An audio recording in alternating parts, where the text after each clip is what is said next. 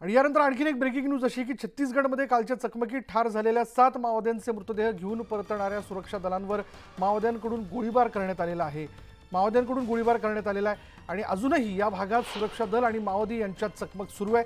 आणखी एका माओवाद्याला कंठस्नान घालण्यात यश आलंय। काल नारायणपूर जिल्ह्यात माओवाद्यांना जवानांनी घेरल्यानंतर तब्बल 5 तास पोलीस आणि माओवाद्यांमध्ये झालेल्या चकमकीत 7 माओवादी ठार झाले होते। कालच्या 7 माओवाद्यांच्या मृत आकड्यासह मृतक माओवाद्यांची संख्या आता 8 इतकी झाली आहे। अधिक तपशील आपण जाणून घेणार आहोत। आमचे प्रतिनिधी महेश तिवारी आता क्षणाला आपल्या बरोबर आहेत। महेश, काय अपडेट?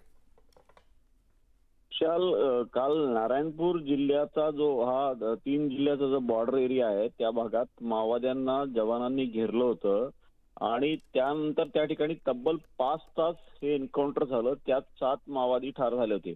हा भाग माओवाद्यांचा कोर झोन आहे, त्यामुळे तिथून एन्काउंटर झालेल्या घटनास्थळापासून नारायणपूर पर्यंत आणण्यामध्ये पोलिसांना तो रस्ता खुला करणं, रोड ओपनिंग करणं आवश्यक होतं। त्यामुळे रात्रभर जवान सगळ्या त्या माओवाद्यांच्या मृतदेहासह त्याच भागात होते आणि आज सकाळी जेव्हा ही टीम जी आहे जेव्हा निघाली नारायणपूरकडे तेव्हा जंगलात त्या भागात असलेल्या माओवाद्यांनी परत त्यांच्यावर गोळीबार केला। त्या ठिकाणी एन्काउंटर सुरू आहे आणि स्पेशल टास्क फोर्सचे हे जे जवान आहेत त्यांच्यात आणि माओवाद्यांमध्ये एन्काउंटरमध्ये एक माओवाद्याला ठार मारण्यात यश आलेलं आहे। अजूनही त्या भागात ही चकमक सुरू आहे आणि आता त्या चकमकी नंतर नेमकं परत आता तिथं काय झालंय आपल्याला बघावं लागेल। त्यानंतर हे सगळे मृतदेह घेऊन जवान सुरक्षित मुख्यालय पोहोचेपर्यंत हे वाट पाहावं लागेल।